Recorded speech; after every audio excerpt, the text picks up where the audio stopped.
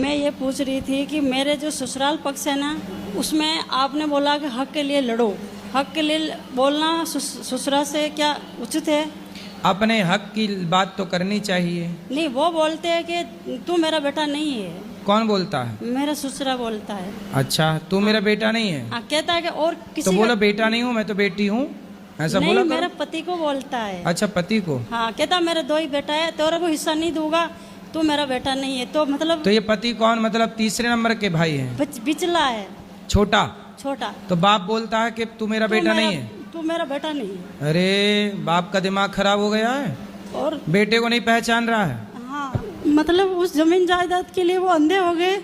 हमारे को घर अपने पे बेटे को बेटा नहीं मान रहे हैं। नहीं मानते। फिर भी भले ना माने, पर उनको अधिकार तो देना पड़ेगा। आप लड़ाई लड़ना बोलते नहीं है तो बिल्कुल आपके ए आश्रित हो छोरा गए। खड़ा हो जा भैया, बात करो। आपके आश्रित हो गया क्या कि गुरुजी के बोलते हैं कि खुद की मेहनत से कमा के खाओ, हमारे घर बना रखा वहाँ बात पे, कराओ। हमारे को रहना नहीं देते। चलो वो बात करो, हम बात करो। बताओ क्या हुआ? आपके चरणों में कोटि कोटि प्रणाम गुरुजी। जी।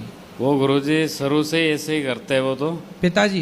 पिताजी। तो आपको नहीं देना चाहते कुछ? हाँ, वो बोलते हैं कि मेरा बेटा है ही नहीं। तो अरे ऐसे कह देने से थोड़ी, पैदा काहे किए रहे? जब पैदा किए तब तो बड़ा मजा आया रहा। ये अब तो- दान संपत्ति देने के टाइम पे नखरे बता रहे हैं तुम्हारे पिताजी, रो रहे हैं छाती पे चढ़ के लेना। पैदा किया है तो दो, पैदा करने में तो बड़ा मजा आया रहा, तब अब देने में रो रहे हैं। वो नहीं चाहते गुरुजी के। अरे चाहेंगे, सरकार नियम है, 3 बेटे हैं तो बाप की संपत्ति तीनों को दी जाएगी, ये नियम है। थोड़ी थोड़ी करके बेचते, कभी तो बंगला बनाते, कभी भैंस गाय लाते, हमारे को नहीं दे। मैंने बोला जमीन मत दो, पर मेरे को नकलने के लिए रिश्ता गेला दे दो, वो भी नहीं देते। हमारे खेत के अंदर बना बताओ रखा कैसा है। बाप है? केवल बच्चे ही गलत करते हैं ऐसा नहीं, ये मैंने कलयुग बोला- है, यहाँ माँ बाप भी कई बार गलत करते मैंने हैं। बोला कि आपने पढ़ा लिखा कर योग बना दिया, तो अब हमारी बारी है सेवा करने की। क्या तेरे क्या सामर्थ्य है सेवा करने की? हम क्या बूढ़े हो गए क्या तू मेरी सेवा करेगी? तो बोले सदा जवान रहोगे, कभी तो बुढ़े होगे। हाँ, कहती दो दोन की भक्त बन के हमारे को सिखा रही है कि मैं सेवा करूँ।